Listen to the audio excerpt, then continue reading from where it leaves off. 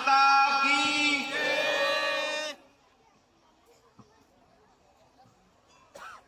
यहां इस भव्य आयोजन पर मौजूद सभी अतिथिगण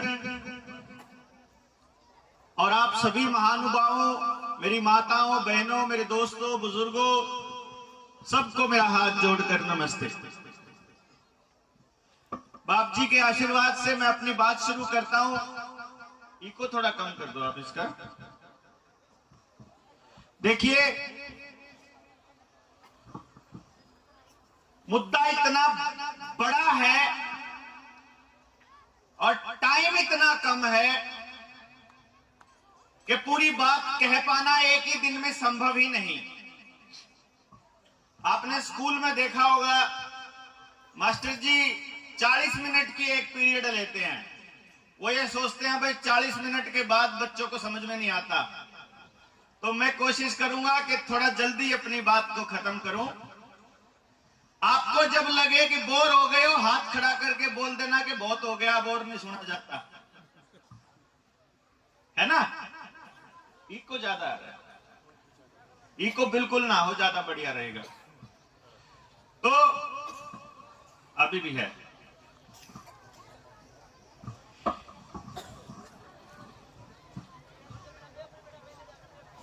दो साल और 1 महीना आज पूरा हो गया। पूरे देश को एक आदमी ने टेलीविजन पर आकर और पूरे 2 साल टेलीविजन पर एक खास किस्म की बीमारी का डर दिखाकर पूरे भारत के लोगों को घरों में कैद करके रखा हुआ है।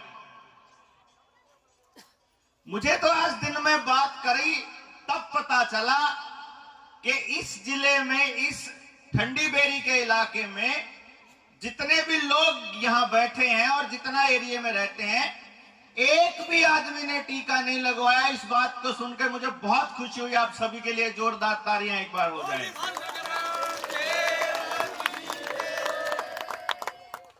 मैं ये सोचा कि यार इतने जागरूक लोग कैसे हो सकते हैं कहीं पर। हम तो सोचते थे कि यार वहां पे हम बैठे हैं चंडीगढ़ में तो हम लोगों को ज्यादा पता है। यहां आके आज दिन में पूरा दिन बात करी तो पता चला 170 साल पहले बाप जी अपनी कलम से आज का दौर लिख के चले गए और बताते हैं कि वो देवता इन स्कूलों में पढ़े लिखे नहीं थे, इन स्कूलों में नहीं पढ़े थे, वो कुदरत ने पढ़ाए थे। उनको परमात्मा ने ज्ञान दिया कि कौन आदमी है जो चाहता है कि इस दुनिया की हर चीज के ऊपर उनका राज हो। कौन है वो लोग जो ये चाहते हैं कि चाहे दुनिया जिए या मरे, चाहे आपके बच्चे किसी तरह से विकलांग हो, बीमार हो, उनका एजेंडा पास होना चाहिए।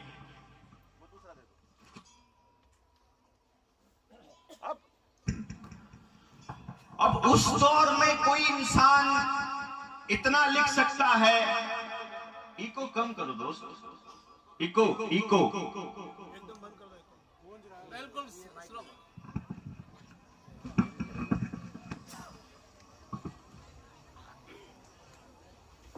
अब मैं ये समझता हूं कि उस टाइम में उनको किसने बताया होगा। और अगर सोचिए कि अगर किसी इंसान ने 170 साल पहले आज के हालात लिख दिए थे तो ये षड्यंत्र कितना पुराना होगा। हम जैसे लोगों ने क्या किया, मुझे लगता है बस इतना सा काम किया कि मुखर होकर बोले। अगर हम बोले नहीं होते तो आज आपके बीच नहीं खड़े होते और पता नहीं चलता कि इतना सारा समूह कि हजारों हजार लाखों लाख लोग ऐसे हैं इस टाइम भी धरती पर मौजूद जिन्होंने अभी तक इनके एजेंडे के आगे सरेंडर नहीं किया है, अभी आत्मसमर्पण नहीं किया है। आज भी वो कहते हैं कि वो अगर आ जाएंगे ना फालतू बकवास करने तो अपने तीर और भाले लेके पहुंच जाएंगे हम लोग इस तरह से लड़ाई लड़ने के लिए। तो मैं ये सोच रहा था कि बहुत जरूरी है आप लोगों को ये पता चलना कि आप लोग हैं वो धरती पर उस परमात्मा के दूत जो हमारी संस्कृति को बचाने के लिए आगे आ रहे हैं। आप लोग हैं वो जिनके सहारे आज इतनी हिम्मत आ गई है कि कल को अगर नरेंद्र मोदी की गर्दन पर पैर रखना पड़े तो हम लोग पीछे नहीं हटेंगे वहां जाने से।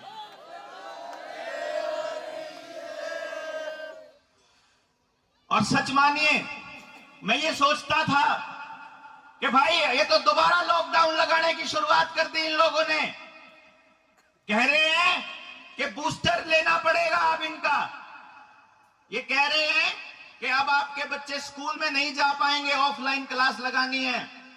और हम लोग इनसे ये पूछ रहे थे कि जो 2 साल में तुमने दुकानें बंद करके और सारे काम धंधे चौपट करके जो एक एक आदमी का नुकसान किया है, उसकी भरपाई कौन करेगा?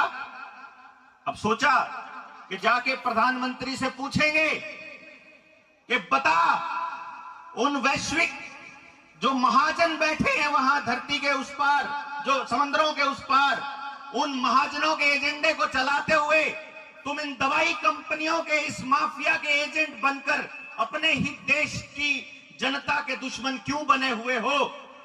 मैं सोचा कि अगर ये जाके सवाल पूछूंगा तो मेरे साथ में कितने लोग होंगे मेरे हरियाणा से। क्योंकि मेरी माताओं, मेरी बहनों, मेरे दोस्तों, आपको एक बात बताऊं, मैं इस देश का जितना भी तबका पढ़ा लिखा बोलता है अपने आप को, जितना भी तबका पैसे वाला बोलता है अपने आप को, 1 नंबर का बुज़दिल और नालायक है इस टाइम धरती पर। बोलिए श्री नकला।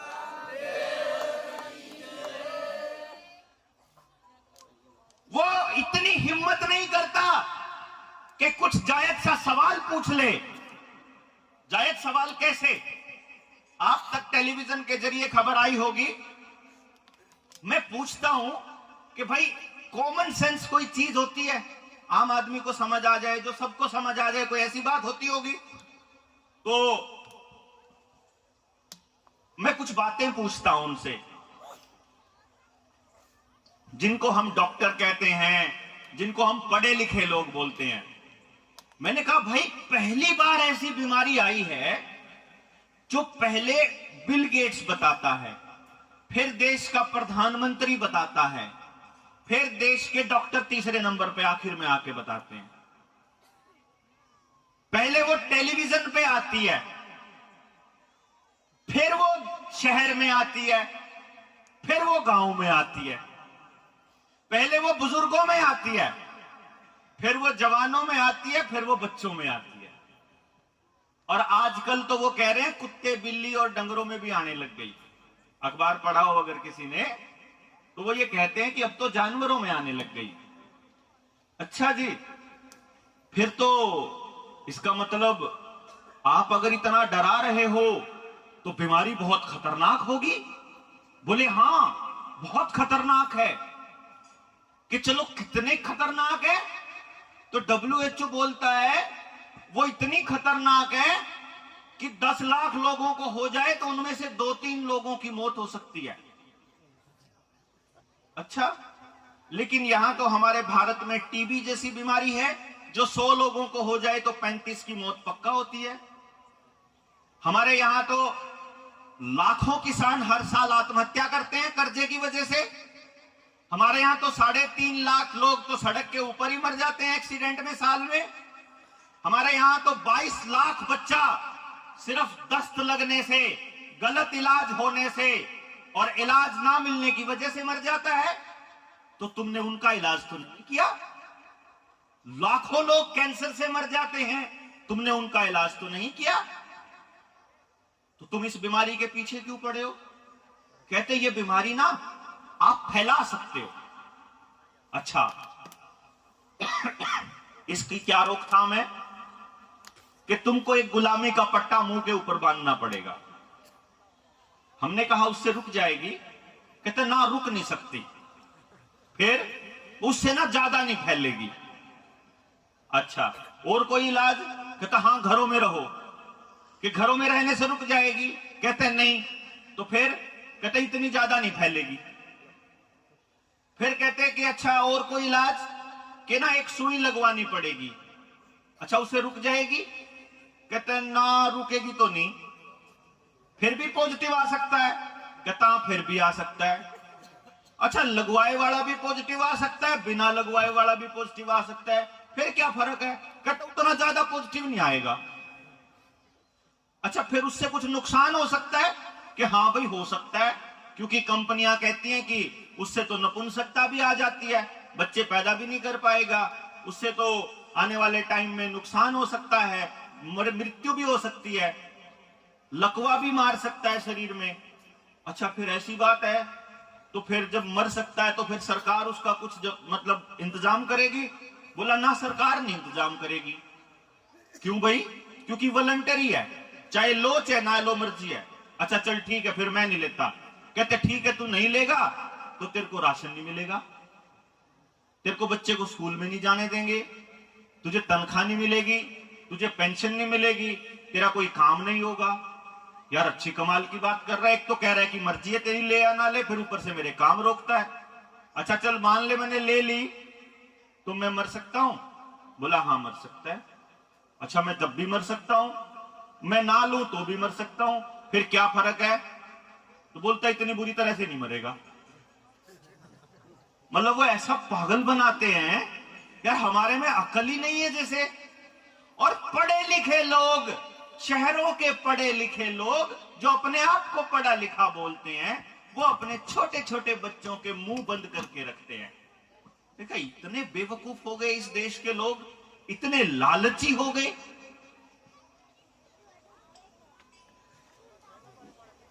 क्योंकि जब मैं इसके बैकग्राउंड में गया, जब इसकी सच्चाई पता करने के लिए मैं घर से निकला, तो एक चीज सामने आई, सबसे ज्यादा पढ़े लिखे सबसे डरपोक, सबसे ज्यादा नौकरी करने वाले और पढ़े लिखे सबसे ज्यादा लालची, बड़े जमीनों वाले सबसे निकम्मे, समाज के लिए उठने की हिम्मत नहीं करते, एक दूसरे के लिए उठने की हिम्मत नहीं करते।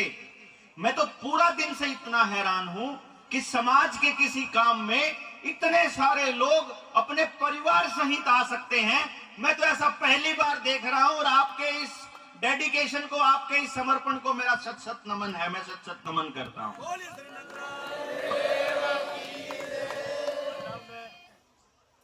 झाड़ोली से सगन भाई है कोई? झाड़ोली से ऑन कर लो उसका।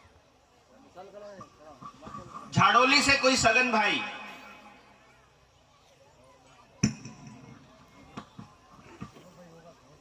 नहीं है, नहीं।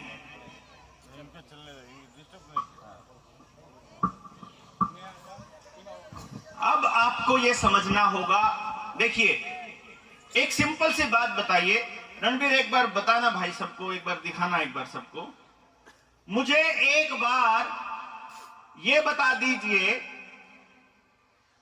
एक बार जोर से आप मुझे बोल के बताइए कि जो 2 साल से बीमारी चल रही है वो असली है कि नकली है? मोदी जो आपके लिए कर रहा है वो सही है कि गलत है? गलत है तो एक बार हाथ खड़ा करके बताइए।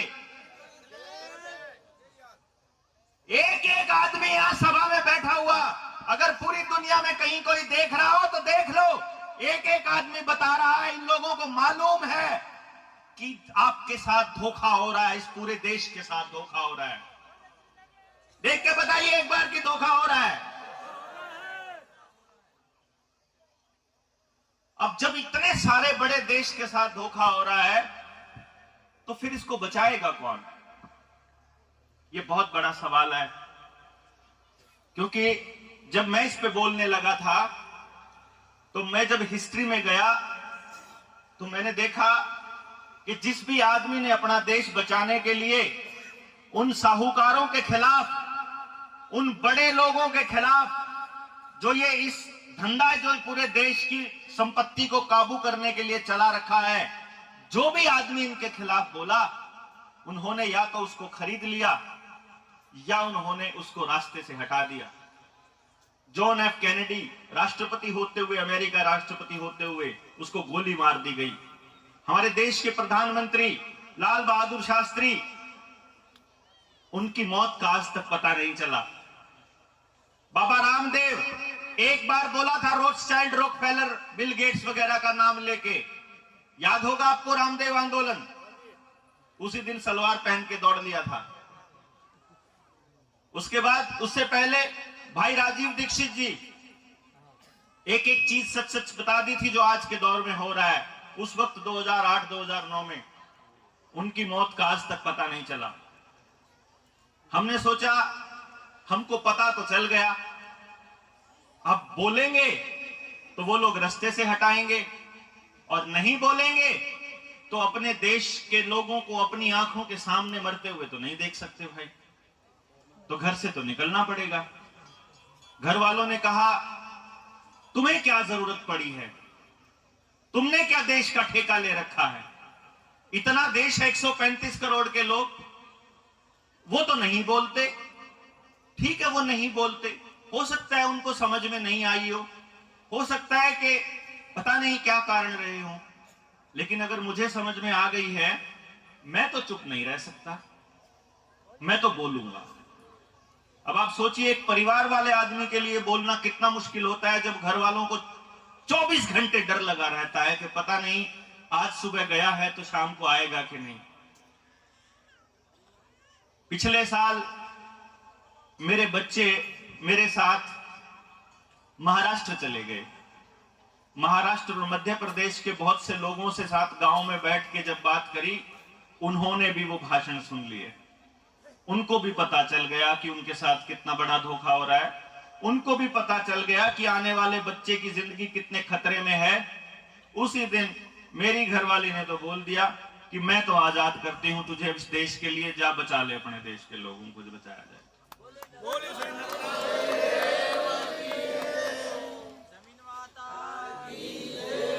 अब निकल पड़े। और उस वक्त ऐसा लगता था कि पता नहीं लोगों को समझ आएगा कि नहीं आएगा। इतनी बड़ी बात है, इतना बड़ा खेल है, इतना बड़ा षड्यंत्र है, लेकिन हम बोलते रहे बोलते रहे बोलते रहे। और फिर वो 3 तारीख वाला वाकया हो गया, उसने तो पूरे देश में अलग जगह दी। वही वाकया है कि आप लोगों को मेरे नाम के बारे में पता चला, और आज जब मैं आया तो मुझे पता चला कि लाखों लाखों लोग हैं जो इस षड्यंत्र के बारे में जानते हैं, एक एक चीज,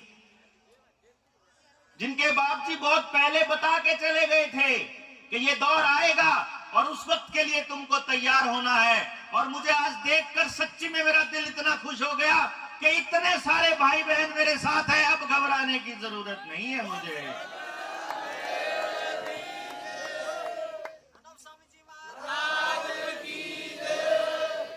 अब मुझे कोई चिंता नहीं, अब मुझे यकीन हो गया। पहले मैं डरता था यार 200, 400, 500 आदमी दिल्ली में आ जाएंगे क्या जब हम उससे सवाल पूछने चलेंगे। अब मुझे पूरा यकीन है कि लाखों लोग वहां खड़े होंगे, मेरे साथ होंगे खड़े।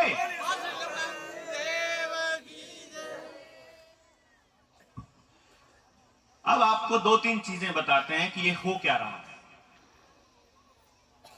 देखिए, आप लोग सारे कुदरत के साथ जुड़े हुए लोग हैं, जमीन माता के साथ जुड़े हुए लोग हैं, जमीन के साथ जुड़े हैं, मिट्टी के साथ जुड़े हैं, पानी के साथ, पहाड़ के साथ, पेड़ों के साथ, अपने पशु पक्षियों के साथ जुड़े लोग हैं, जो कभी किसी का बुरा नहीं करते। ये मुझे मालूम है। जो आदमी जमीन से जुड़ जाएगा, जो आदमी अपनी धरती से जुड़ जाएगा, मिट्टी से जुड़ जाएगा, वो किसी का नुकसान नहीं करेगा। तो जिस आदमी के अंदर में छल नहीं है, उसको छल की भाषा नहीं समझ में आती, उसको कपट की भाषा नहीं आती है। उसे लगता है पूरी दुनिया इतनी ईमानदार होगी। कोई आदमी आके बड़ी अच्छी अच्छी बातें बताएगा तो आपको लगेगा ये बड़ा अच्छा आदमी है, और वो आप ही के बीच के लालची आदमी को पकड़ेंगे और आपको ऐसे हालात पर लाकर छोड़ेंगे कि एक दिन आपकी सारी चीजें उन लोगों के ऊपर निर्भर हो जाएं। कैसे? उन्होंने हमारे वहां क्या किया मैं वो बता देता हूं। आपके यहां नहीं है ये खेल, लेकिन उन्होंने हमारे वहां क्या किया। हमारे तालाब होते थे, पूरा गांव अपने भैंसों को, अपने पशुधन को वहां पानी पिलाता था। गांव के बाहर जंगल होते थे, जैसे आपके यहां है। सारे के सारे गांव के लोग बाहर जंगलों में जाते थे घूमने के लिए सुबह सुबह, शौचालय के लिए। घर में नहीं थे किसी के, क्योंकि इसको अशुभ माना जाता था। हमारे बुजुर्ग इसको अच्छा नहीं मानते थे, घर के अंदर नहीं होना चाहिए शौचालय। लेकिन इन लोगों ने क्या किया, इन लोगों ने सबसे पहले गांव के बाहर की जमीन वो जो जंगल थे वो कटवाए। वहां पर किसी के शुगर मिल लगा दिया, किसी के पावर हाउस लगा दिया, किसी के कोई स्कूल प्रोजेक्ट, कोई कॉलेज खोल दिया। पहले जंगल काट दिए। अब जंगल काट दिए तो आपकी गाय भैंसे बाहर चरने के लिए नहीं जा सकती, आपके पास बाहर घूमने के लिए जगह नहीं बची। अगर हम बाहर घूमने जाते हैं, सुबह जल्दी जाएंगे अंधेरे के चक्कर में तो जल्दी उठेंगे, भोर में उठेंगे तो हमारे शरीर का तापमान हमेशा सूरज के साथ और पूरी धरती के तापमान के साथ गर्म होगा। हम जिंदगी में कभी बीमार नहीं पड़ेंगे, हमारा कोई खर्चा नहीं होगा। उन्होंने अब क्या किया, घरों के अंदर टॉयलेट बना दिया। अब टॉयलेट बना दिया, उसकी शीट भी लेकर के आए, उसके लिए अलग से ईंटें भी लगनी है, उसके लिए फिर नई बाल्टी भी आएगी, नया मग्गा भी आएगा, उसके लिए हार्पिक भी आएगा, उसके लिए ब्रश भी आएगी साफ करने वाली, फिर उसमें सुगंध करने वाला वो लटकाने वाला भी आएगा, और वो हर 10 दिन में 15 दिन में आपको महीने में बदलना पड़ेगा। कितना खर्चा हर घर के साथ बांध दिया।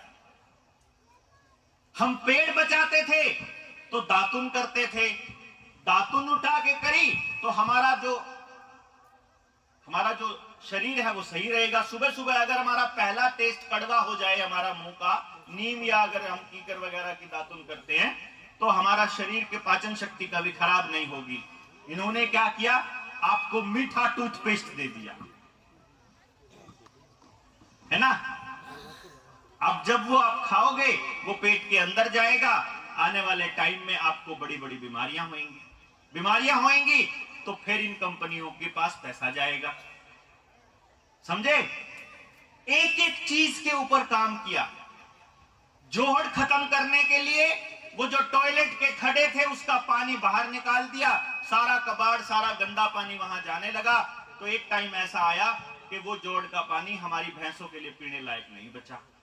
आज मैं अगर बताऊं आपको, पानी के लिए म्युनिसिपालिटी के ऊपर निर्भर रहना पड़ता है। अगर उधर से वो बटन नहीं दबाएंगे तो पानी नहीं आता है। हमारे नलके होते थे, कुएं होते थे, जोड़ होते थे, कुछ नहीं बचा। वो पानी देंगे। हम लोग लकड़ी गोसे से जला लिया करते थे, अपना ईंधन होता था। उन्होंने हमको गैस दे दी। उस गैस में जब रोटी पकाने लगे, वो सारी उस गैस से पकी हुई रोटी एसिडिटी करने लगी। आप देखोगे, आप सारे इतने हेल्दी लोग रहते हैं, हम सारे वहां ढोलकी जैसा पेट लेके घूमते हैं, सब बीमार हुए पड़े हैं। मैं तो फिर भी ठीक हूं उनमें, लेकिन वहां सबका यही हाल है। किसी को ब्लड प्रेशर, किसी को शुगर, किसी को कैंसर, किसी को कुछ, जिंदगी भर के लिए दवाइयां खा रहे हैं। क्यों? क्योंकि घरों से उन लोगों ने हमारी संस्कृति को काट दिया हमसे। और क्या लेकर के आए?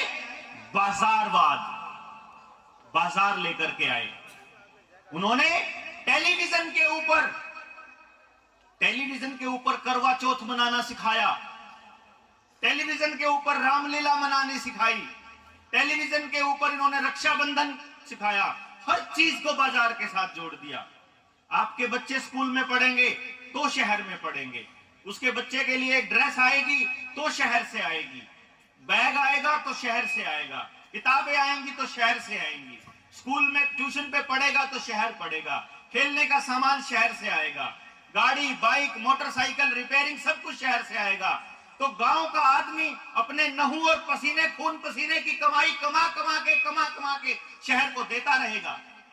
और वो शहर एक दिन वो सारा पैसा फिर विदेश भेज देगा उन्हीं महाजनों के पास जिनके षड्यंत्र के बारे में बाप जी बता के गए, जिस षड्यंत्र के तहत ये सुई आपको लगाई जा रही है।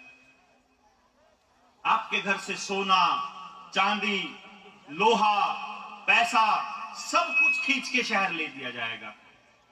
क्योंकि आपके भाईचारे को तोड़ दिया जाएगा। आपका भाईचारा बचा हुआ है, आप लोग बैठे हुए हैं।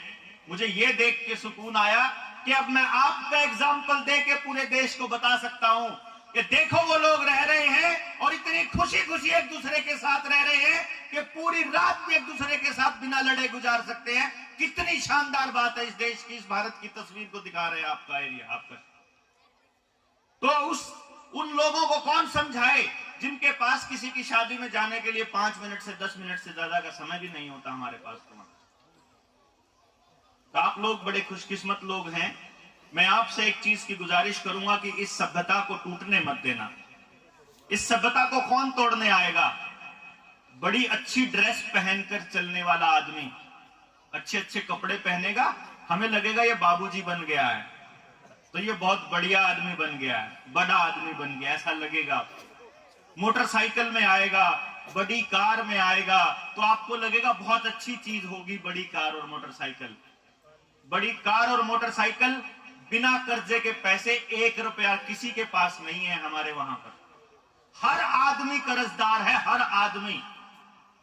तो आपने अगर आज तक नहीं लिया है और आपने अगर अपनी आदत नहीं डाली है, तो मेरी गुजारिश मानेंगे तो मैं अपील करूंगा आपसे कि जिंदगी में कभी बैंक से कर्जा मत ले लेना गलती से।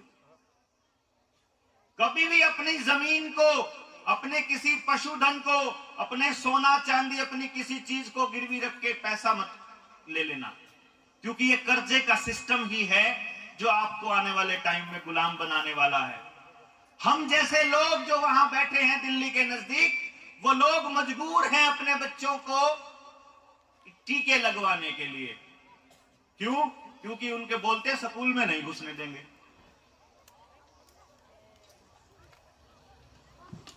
इसलिए नहीं लगाते कि बहुत अच्छी चीज मानते हैं, इसलिए कि लालच में फंसे हुए लोग हैं। तो एक तो मैं आपसे यह गुजारिश करूंगा। दूसरी चीज, एक कल्चर बनाया हमारे वहां, एक कल्चर बनाया हमारे वहां। क्या कल्चर बना? कि नौकरी लगाएं अपने बच्चे को, नौकरी का कल्चर। अगर एक गांव में 1000 बच्चा है तो पूरे गांव में पूरे साल में 2 बच्चों की नौकरी लगती है, लेकिन पूरे 998 बच्चे बेरोजगार घूमते हैं और उनके लिए किसी सरकार के पास कोई इंतजाम नहीं है। और उन 2 बच्चों की नौकरी के चक्कर में 1000 बच्चों के मां बाप इन राजनीतिक पार्टियों के तलवे चाटते हैं। क्यों?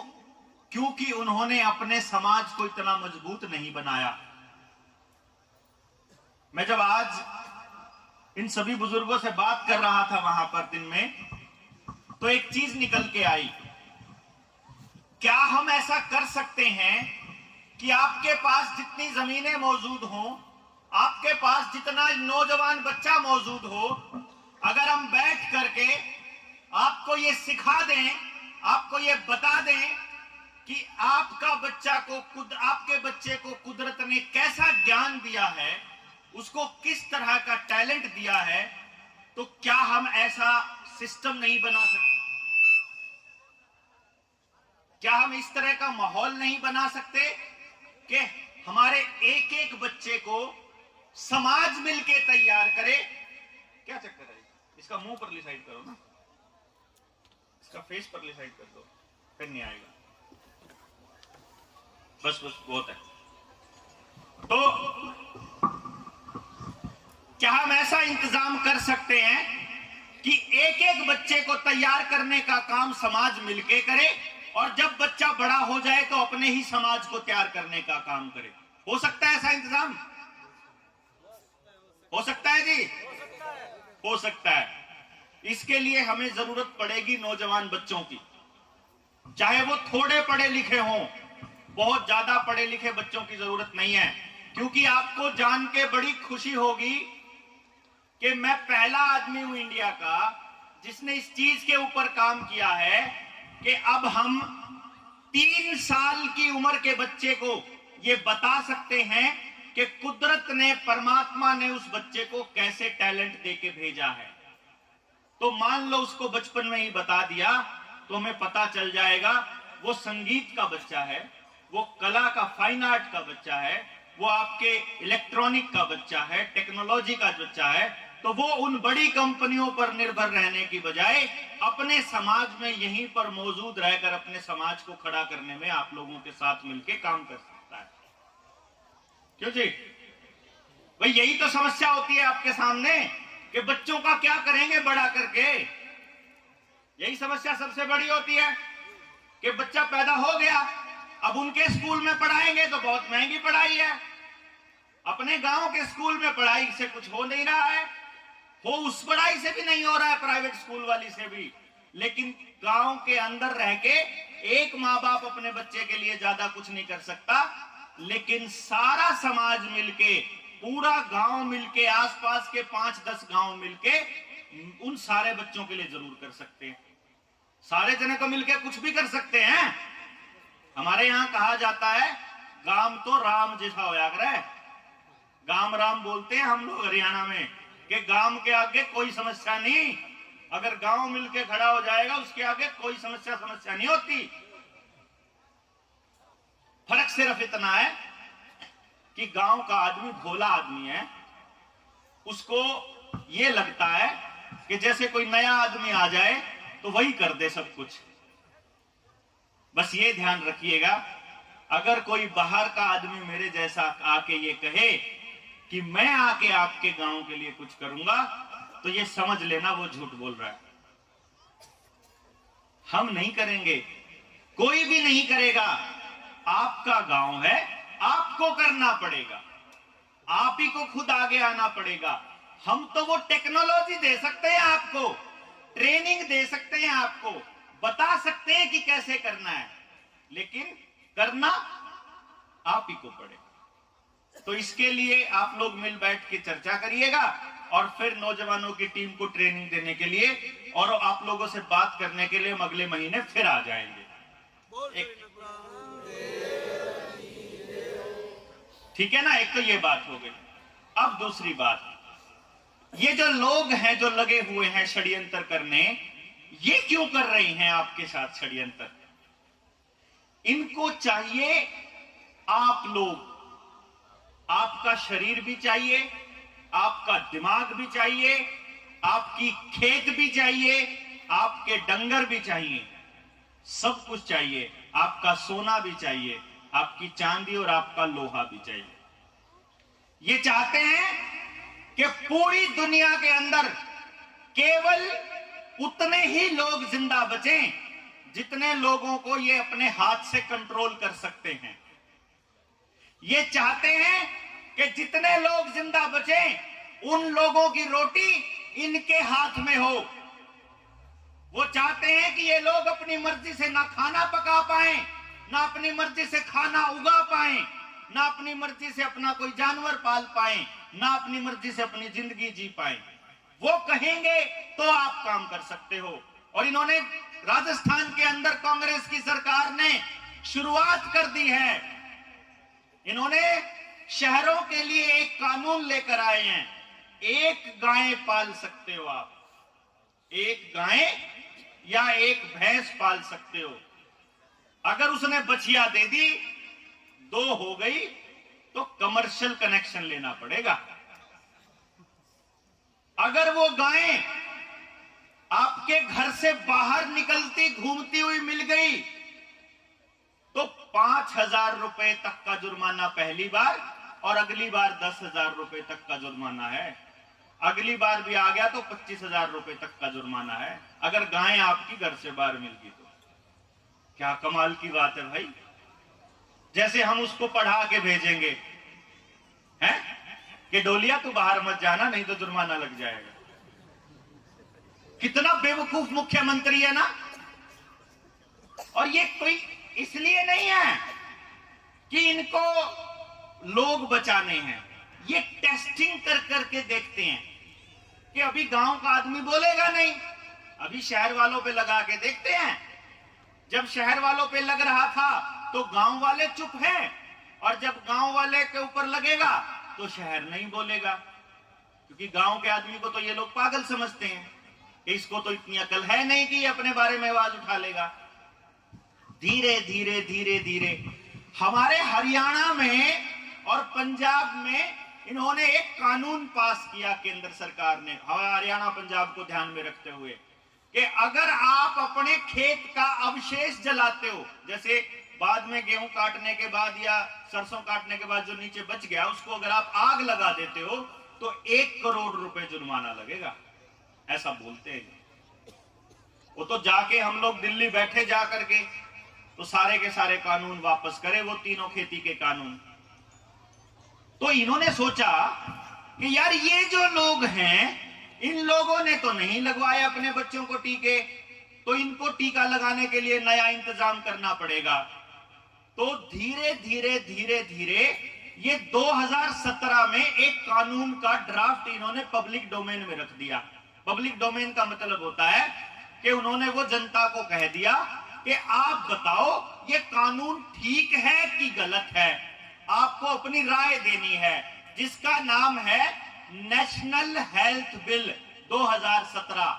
आप में से किस किस ने ये कानून सुना है, बताओ? किसी ने नहीं सुना।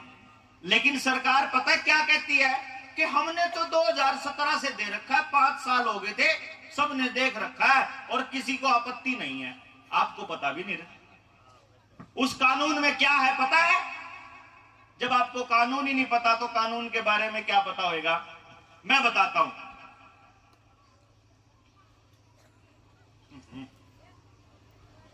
ठंडा है तो उस कानून के बारे में बताता हूं।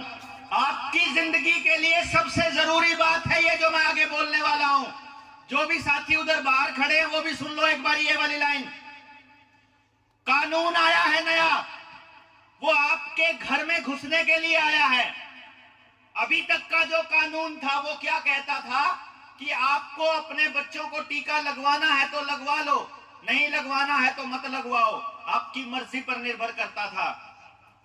अब नया कानून आया है कि अगर सरकार को ये लगता है कि इस आदमी को वायरस लगा हुआ है और ये फैला सकता है, तो सरकार का आदमी बिना किसी कोर्ट के आदेश और बिना किसी वारंट के आपके घर में घुस सकता है, आपके घर में जबरदस्ती घुस सकता है।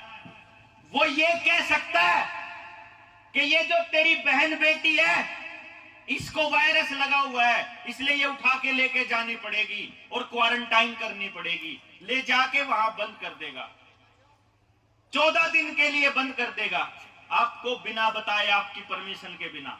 जो मर्जी टेस्ट कर सकता है, जो मर्जी टीका लगा सकता है, और अगर 14 दिन के बाद अगर उसको सबूत मिटाने हो, उन्होंने उसके साथ कुछ गलत किया हो, तो उसको मार के ये भी कह सकता है कि उसको तो झरोना हो गया था, क्योंकि पहले इन्होंने कहा ऐसे, पहले करा है ना इन्होंने ऐसा ही, पहले बहुत किया इन्होंने अस्पतालों में। उस कानून की दूसरी बात क्या कहती है कि अगर सरकार को यह लगता है कि आपके घर में रखा हुआ अनाज उसके अंदर वायरस है, तो वो उसको उठा के जला सकते हैं। आपके खेत में खड़ी हुई फसल उसमें वायरस है तो खड़ी फसल को आग लगा सकते हैं। आपके कपड़ों में वायरस है, आपके घर में वायरस है, तो आपके घर के अंदर केरोसिन डाल के आग लगा सकते हैं कि बाकी दुनिया बचानी थी। ये उस कानून में लिखा हुआ है। आपको घर से बाहर निकलने पर सरकार अब रोक सकती है। पहले संविधान की मूल भावना यह कहती थी कि इस देश का नागरिक इस देश में जहां मर्जी आ जा सकता है, लेकिन इस कानून के आने के बाद आप अपनी मर्जी से अपने घर से बाहर नहीं निकल पाओगे। सरकार कहेगी तो निकल सकते हो, नहीं तो नहीं निकल सकते। ये कानून है नया, नेशनल हेल्थ बिल।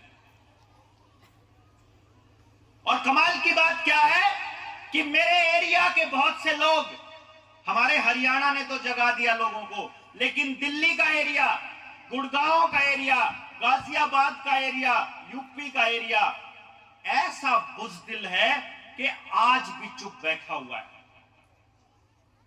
जबकि आज उसे सड़कों पे होना चाहिए था। भाई आप लोगों की गलती नहीं है, क्योंकि आपको तो पता ही नहीं था कानून। आज पता चला है, आज से बोलना शुरू करना पड़ेगा। आपके बीच में पढ़े लिखे बच्चे होंगे आपके, उनको सोशल मीडिया पे लिखना शुरू करना पड़ेगा। जिस षड्यंत्र की मैं बात कर रहा था, वो षड्यंत्र ये है कि आपकी रोटी काबू करनी है, चाहे जो मर्जी हो जाए, आपकी रोटी काबू करनी है। रोटी काबू होने के बाद फिर आप वैसे ही नाचोगे जैसे बंदर नाचता है मदारी के डंडे के आगे। रोटी खाओगे, रोटी नहीं बचेगी तो रोटी के लिए अगर आप भूखे मर रहे हो, 4 दिन से 5 दिन से खाना नहीं खाया है, मैंने पीछे देखा है, मैंने देखा है वहां पर बुजुर्ग औरत ये कह रही थी कि मेरे बच्चों ने 3 दिन से रोटी नहीं खाई है, मेरा शरीर ले लो लेकिन मेरे बच्चे को रोटी दे दो। ये मैंने अपनी आंखों से देखा है, अखबार में भी छपी थी, याद होगी वो वीडियो आई थी। ये टाइम आएगा, वो टाइम लाने की कोशिश कर रहे हैं कि आपसे जो मर्जी करवा लें रोटी के नाम पे, क्योंकि खेत आपके रहने नहीं देंगे, सारी चीजें कर्जे पर कर देंगे, उसके बाद आप रोटी के लिए कहां जाओगे? काम धंधा ये कोई छोड़ने वाले हैं नहीं है। अब अगर आपकी रोटी इनके काबू में है तो आपके पास क्या बचा? पैसा। पहले हमारे पास धातु होती थी, सोना होता था, चांदी होती थी, या लोहा होता था, अपनी मतलब की चीजें उससे बना लेते थे। लोहे का कोई सामान नहीं छोड़ा इन्होंने। मैं आपकी बात नहीं कर रहा हूं, आपके यहां फिर भी बहुत सामान बचा हुआ है लोहे का। हमारे वहां तो डब्बे भी प्लास्टिक के हैं, बाल्टी भी प्लास्टिक की है, टब भी प्लास्टिक के हैं, सब कुछ प्लास्टिक का है वहां तो। और वो हर थोड़े दिनों के बाद फिर खत्म हो जाता है, फिर नया लाना पड़ता है। लोहा नहीं है हमारे वहां, हथियार नाम की कोई चीज नहीं है, तो ये लोग घुस ही सकते हैं अपने वहां। तो अब बची आपकी बात, तो ये धीरे धीरे आपकी धातु आपके घर से निकाल देंगे, रोटी आप कमा नहीं पाओगे। उसके बाद आपसे जैसा चाहेंगे, ये कहेंगे कि ये टीका ले लो, ले लिया, उसके बाद क्या क्या साइड इफेक्ट होंगे आपको भी नहीं पता, इनको भी नहीं पता।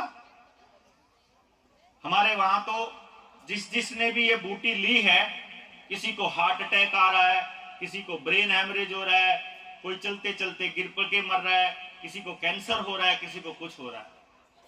यही हालत आने वाले टाइम में उन लोगों की होगी जो आज सरकारों के आगे नतमस्तक होकर चुपचाप इनकी बात मान रहे हैं।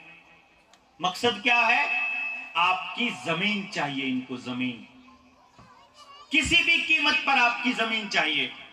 उसके लिए ये पढ़ाई के नाम पर आपके बच्चों को गांव से शहर भेजेंगे। आप खुद भेजोगे अपने बच्चों को, अपने मुंह से कहते हुए मैंने देखा है किसान को। मैंने अपने गांव में किसानों को यह कहते सुना है कि कुछ नहीं रखा खेती में, जा शहर जाके पढ़ ले, शहर जाके पढ़ ले, क्योंकि गांव को करने लायक ये कुछ छोड़ते नहीं। अब आप ही सोचिए कि खेती के नए कानून, बीमारी के नाम पे नए कानून, पुलिस के तंत्र के अंदर नए कानून, और यूएपीए और एनएसए के बारे में तो आपको बता दें तो आपके रोंगटे खड़े हो जाएंगे, आपको पता भी नहीं है। उग्रवादियों के नाम पे एक नया कानून आया है कि अगर किसी को भी, मान लो इनको ये लगता है कि देवेंद्र बल्हारा दुनिया को, लोगों को जगा रहा है और उनको बता रहा है कि तुम्हारी जिंदगी कैसे नरक बनेगी और तुमको कैसे लड़ना है, तो कल को देवेंद्र को ये आतंकी घोषित करके सीधा 3 साल के लिए जेल भेज सकते हैं बिना कोर्ट की कार्रवाई के। और ये होने वाला है। मेरे को लोग बोलते हैं, भाई तू धक्के खाता क्यों फिर रहा है? मैंने कहा देखो, या 2 रास्ते हैं, या तो इनके बताई हुई बूटी लगवा लो और तड़प तड़प के मरो, दूसरी है इनके सामने खड़े हो जाओ, लड़के मरो। तो मैंने दूसरा रास्ता चुना, आप लड़के मरेंगे, गड़ के नहीं मरेंगे, सड़ सड़ के नहीं मरेंगे।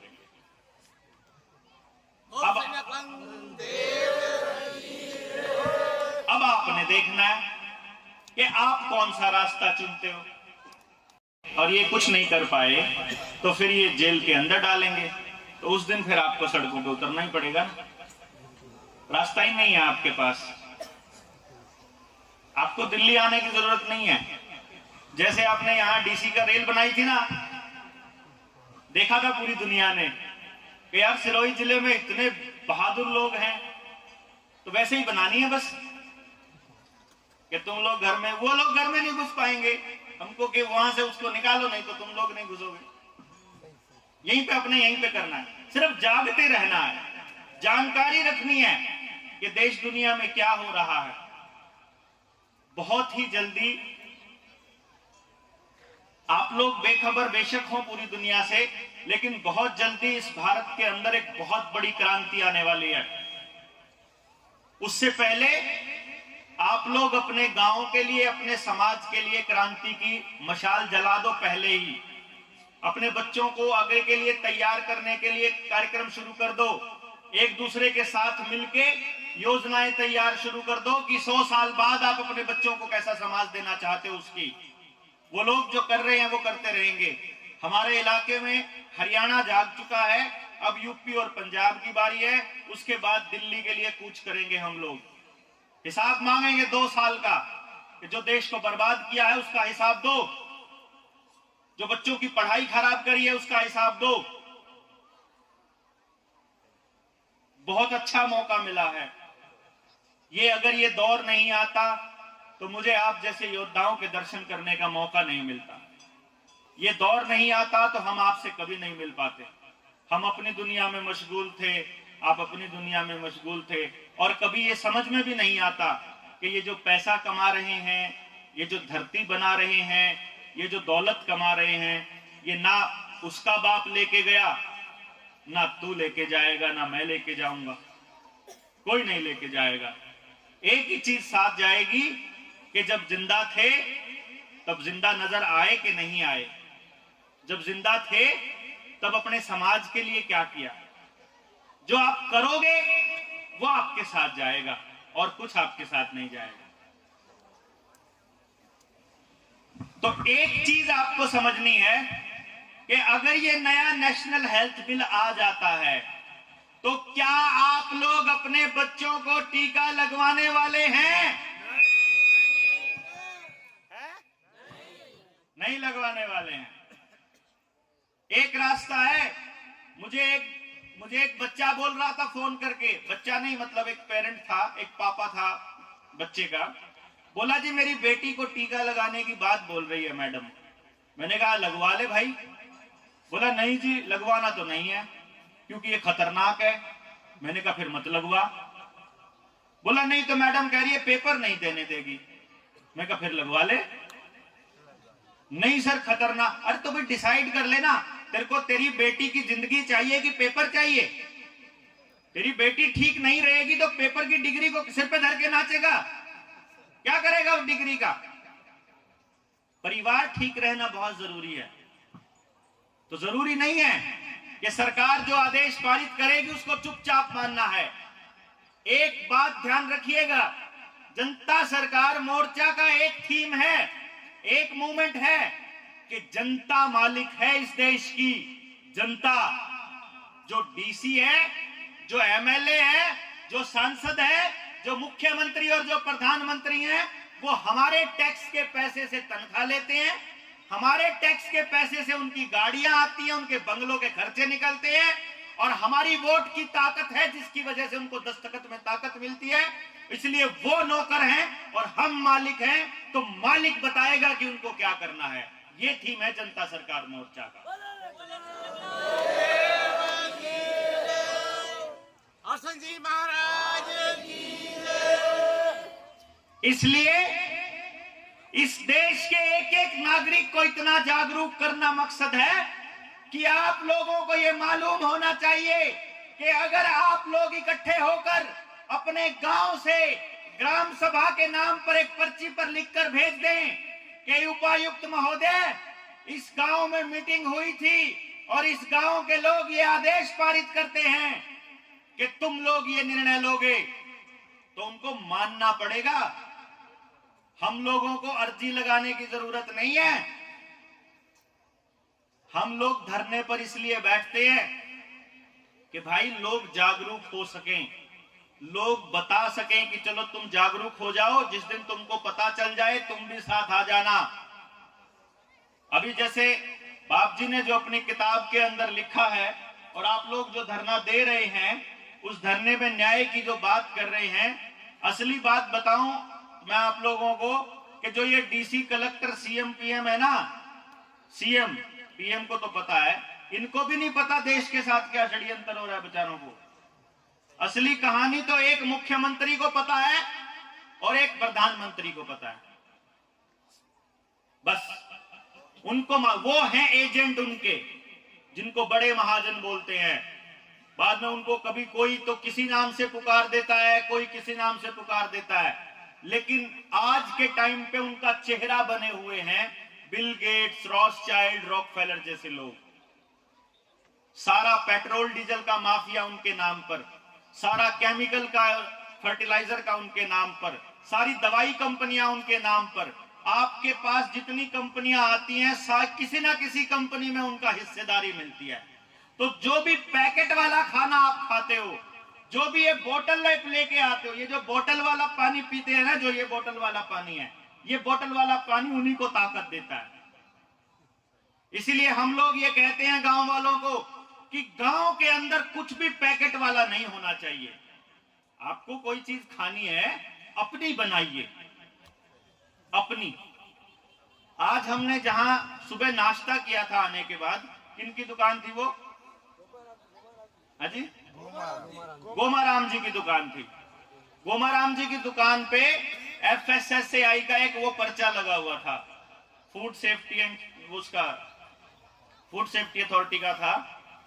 मैं देख रहा था उन लोगों ने ये पर्चे लगाने शुरू कर दिए हैं। आने वाले टाइम में गोमाराम जी के पास आएगा चिट्ठी कि अब तुम आगे से जलेबी और समोसे नहीं बना पाओगे, तुम्हें पैकेट वाले खाने पड़ेंगे, वही बेचने पड़ेंगे।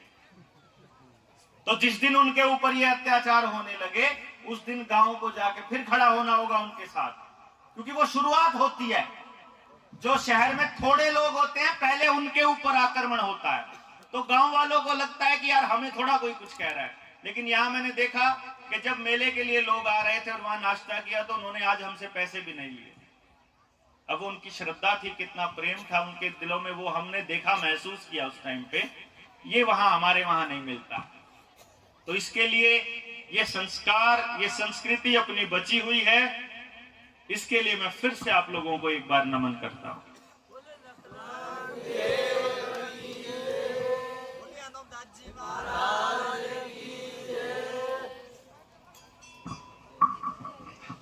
अब आपको षड्यंत्र समझ में आया आपके साथ क्या हो रहा है?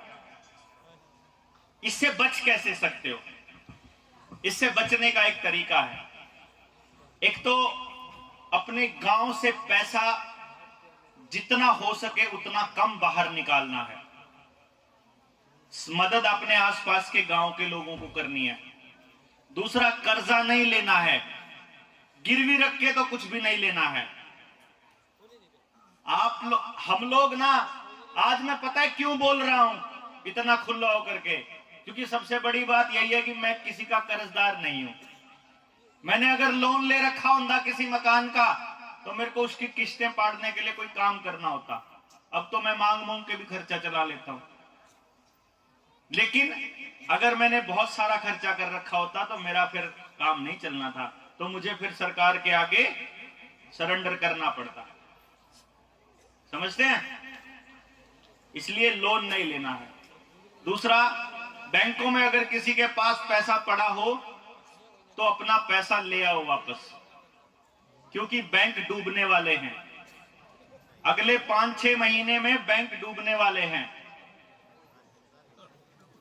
डिजिटल करेंसी आएगी, ये लोग लेकर के आएंगे आपको काबू करने के लिए। ये कहेंगे मोबाइल से चलाओ जितना चला सकते हो, कैश हाथ में। आपने देखा होगा ना, आपके गांव के आसपास कोई ना कोई कंप्यूटर सेंटर बना दिया इन्होंने कि आपके बैंकिंग के काम वहां पे होंगे। आपको आधार कार्ड देना पड़ेगा वहां पर। वो जो खेल है वो इसी के लिए चल रहा है कि आप बैंक में जाना बंद कर दो और फिर एक दिन बैंक डूब जाए, लेकिन वो कहे कि आपको पैसा निकलेगा तो जरूर। हाँ, आपके 2 लाख रुपए पड़े हैं, आपको मिलेंगे तो जरूर। पहले एक बार टीके का सर्टिफिकेट बनवा के ला। टीका लाएगा तो पैसे निकलेंगे, नहीं तो बंद रहेगा। लेकिन अगर आपके हाथ में आपका पैसा है फिर जरूरत नहीं है। सरकारी महकमा लेना बंद कर देगा, कोई बात नहीं, आपस में लेन देन रखना ऐसे ही, काम ही तो चलाना है। और क्या करना है हमने? पहले भी तो चलते थे, पहले हमारे चांदी के सिक्के चलते थे, सोने के सिक्के चलते थे, लेन देन हमारा सोने चांदी में होता था। अब था तो करते थे, अब कर्जदार बनाते गए, धीरे धीरे हमारा वो लेते चले गए, अब वो सारा उनके पास जमा है। आज हम तांबे के बर्तनों में रह गए, आज पीतल भी नहीं छोड़ा इन लोगों ने हमारे पास। बहुत लंबा खेल खेला है, बहुत लंबा खेल, आप सोच भी नहीं सकते। पूरे समाज को बर्बाद करने के लिए पिछले 50 साल का खेल तो मैं समझ रहा हूं। और बाप जी ने तो 170 साल पहले, मेरा तो दिमाग तब से यही कर रहा है कि यार बंदा इतने साल पहले कैसे लिख गया, कैसे लिख गया, इनको इतना नॉलेज था उस टाइम पे। चलो हमने तो रिसर्च कर ली, इनके पास कौन सी रिसर्च थी भाई, लेकिन इनको पूरा पता था। वही बात आप बोल रहे थे वहां पर बैठे बैठे, वही बात मैं अपने भाषणों में बोलता हूं। तो इसलिए मैं तो ये मान के चलता हूं, तो आप लोगों को तो पता ही होगा कि क्या खेल चल रहा है। क्योंकि जिनके पास ऐसे ऐसे योद्धा रहे हों, जिनके पूर्वज, उनको नहीं चिंता किसी चीज की, लेकिन चिंता इस बात की जरूर है कि क्या आप इस संस्कृति को बचा पाओगे, ये चिंता है। आपको ये बचाना आपकी जिम्मेदारी है, अगली पीढ़ियों को बताना इसकी जिम्मेदारी है। और आपकी अगली पीढ़ियों को बर्बाद करने के लिए 2 चीज आपके हाथ में दे रखी है, एक टेलीविजन का रिमोट और एक मोबाइल फोन। ये 2 आपके बच्चों को बर्बाद कर रही है। अगर ये 2 चीज आप घर से निकाल पाए तो अगली पीढ़ी को बचा लोगे, नहीं तो आप तो बचा लोगे, अगली पीढ़ी अपने हाथ से सत्यानाश करेगी। क्योंकि आपका बच्चा जिसके हाथ में वो मोबाइल है, पूरा दिन उसमें बंदूक चलाता है, पूरा दिन बंदूक चलाता है। या फिर आपके पास गेम तो खेलते होंगे बच्चों मोबाइल पे। आपके गेम कैसे आते हैं, ये वाला टास्क पूरा करोगे तो पावर मिलेगी, ये वाला टास्क करोगे तो ये आगे जाने का मौका मिलेगा, ऐसा मिलता है ना। या फिर 3 पत्ती मिलेगी। जुए वाले खेल भी है ना आज के टाइम पे। तो आजकल तो जो हमारे अभिनेता हैं, जो नेता बने हुए हैं, वो लोग उसकी मशहूरी करते हैं। कैसे बचाओगे अपने बच्चों को?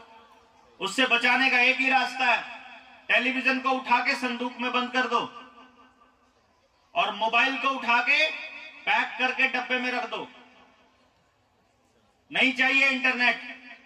बोल दो सरकारों को, तुम्हारा इंटरनेट हमारे बच्चों की बर्बादी कर रहा है, हमें अपने बच्चे बर्बाद नहीं करने हैं। बता दो एक भी अच्छी चीज होती हो तो। आपके बच्चों को बिगाड़ रहा है मोबाइल।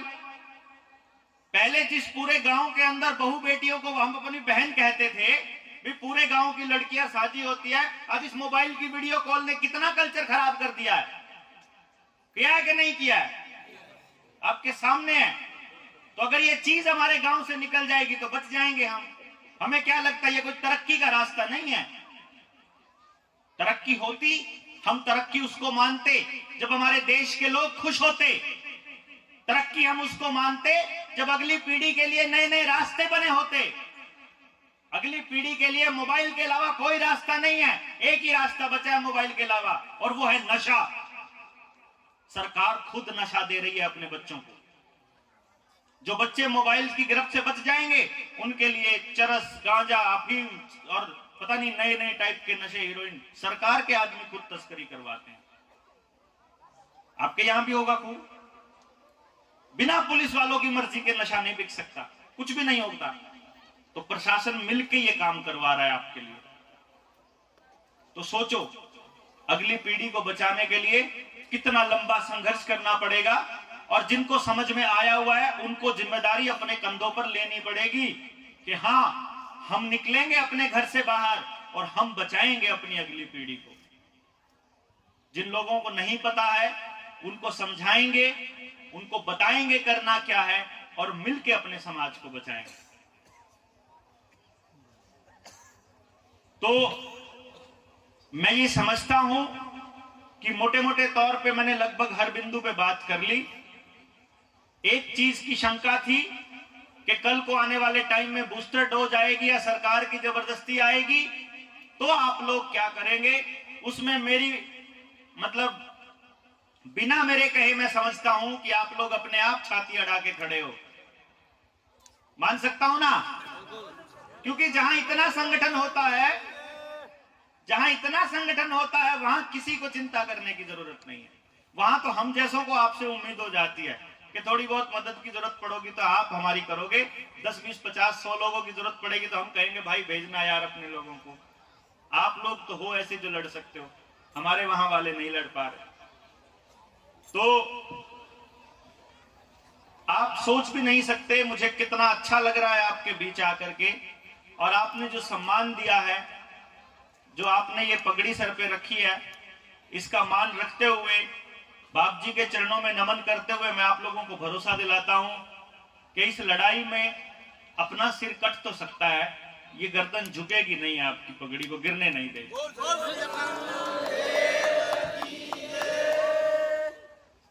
तो मैं इस उम्मीद में रहूंगा कि जब हमें जरूरत पड़ेगी तो आप साथ होंगे, और जब आप लोग आवाज लगाएंगे तो हम आपके बीच में आएंगे जब आप कहोगे। और अपनी बात को, अपनी वक्तव्य को मैं अभी विराम दूंगा इसी चीज के साथ कि मिलकर के अपने देश को बचाएंगे, किसी भी कीमत पर अगली पीढ़ी को बर्बाद होने नहीं देंगे। बोलो विकलांग देव की जय। वंदे मातरम। जय हिंद, जय भारत, नमस्ते।